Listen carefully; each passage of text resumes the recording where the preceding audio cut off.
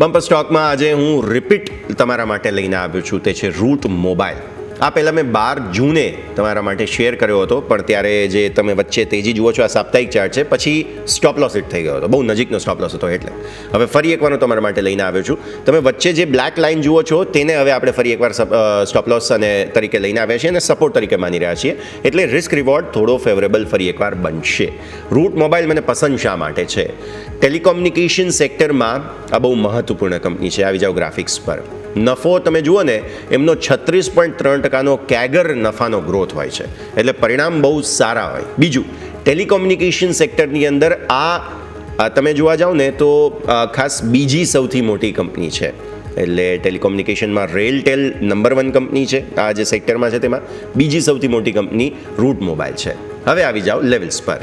ખરીદવાની સલાહ બને છે રૂટ મોબાઈલ પર. ફરી એકવાર સરસ લક્ષ્ય બની શકે અહીંયાથી સારો એક જમ્પ લોંગ ટર્મ વ્યૂ સાથે 1527 તમે એન્ટિસિપેટ કરો, જે ઓલરેડી 52 વીક હાઈને નજીક છે. અને જે બ્લેક લાઇન તમને ચાર્ટમાં મેં બતાવી હતી તે સ્ટોપ લોસ રાખી આપણે 968. મેં થોડો નીચે આપેલા 990નો સ્ટોપ લોસ આપ્યો હતો, થોડો નીચે હું લઈ જાઉં છું 968. મને સારો લાગે છે સ્ટોક ફરી એકવાર, સો અહીંયા તમે નજર રાખો. યોમિક, આપની પસંદગી.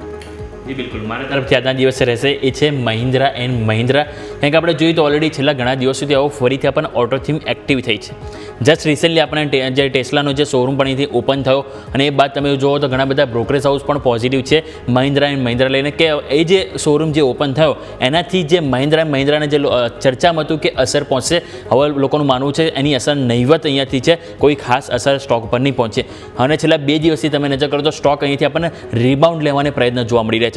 તમે નજર કરો તો ડેઇલી ચાર્ટમાં પણ એક્ઝેક્ટ આપણને 50 EMA જે હતી ત્યાંથી જ આપણને સપોર્ટ લેતો જોવા મળ્યો છે. બીજું તમે નજર કરો તો ડેઇલી ચાર્ટમાં જે 10 EMA તમારી આવી રહી છે 3135. હવે એક વખત ચાર્ટ આપણે સ્ક્રીન ઉપર ફરીથી લઈને આવીશું. તો આગળ આપણે નજર કરીએ તો જે મેં ટ્રેન્ડ લાઇન ઓલરેડી જે ડ્રો કરેલી છે, રાઈટ, જે ઉપર લોઅર અને બોટમ બને, તો જે ઉપરની જે છે આપણને જે ફર્સ્ટ જે ઉપરની અપર છે એની તમે નજર કરો એક્ઝેક્ટ ત્યાંથી તમને સપોર્ટ લેવા જોવા મળ્યો, અને ત્યાં જ તમારી 50 દિવસથી એક્સપોનેન્શિયલ મૂવિંગ એવરેજ આવે છે. એટલા માટે જો આપણે નીચે 3063 જેને એક સપોર્ટ તરીકે રાખીશું, અને ઉપરની તરફ ક્લોઝિંગ આપણું છે 3128 રૂપિયા. 3135 ઉપર જેવો આપણે અહીંથી સ્ટોક અહીંયાથી નીકળે એ બાદ આપણે આ સ્ટોકને અહીંથી વોચ કરીશું. અને 3135 ઉપર જેવો સ્ટોક જાય, એટલે કે 10 ડે એક્સપોનેન્શિયલ મૂવિંગ એવરેજ ઉપર, એ બાદ આપણને ઉપર 3222 અને બીજા આપણને 3271, એટલે કે આપણે એક વખત અહીં લેવલ પણ પ્લે કરીશું આપણે, એટલે કે 3222 અને 3271 આ બે લેવલ આપણે અહીંથી જોવા મળશે, અને નીચે 3063 આ સ્ટોપ લોસ તરીકે આપણે અહીંથી મહિન્દ્રા વોચ કરીશું. ઓકે, તો એક છે ઓટો સ્ટોક M&M અને એક છે ટેલિકોમ્યુનિકેશન્સમાંથી રૂટ મોબાઈલ બમ્પર સ્ટોક. નજર રાખો.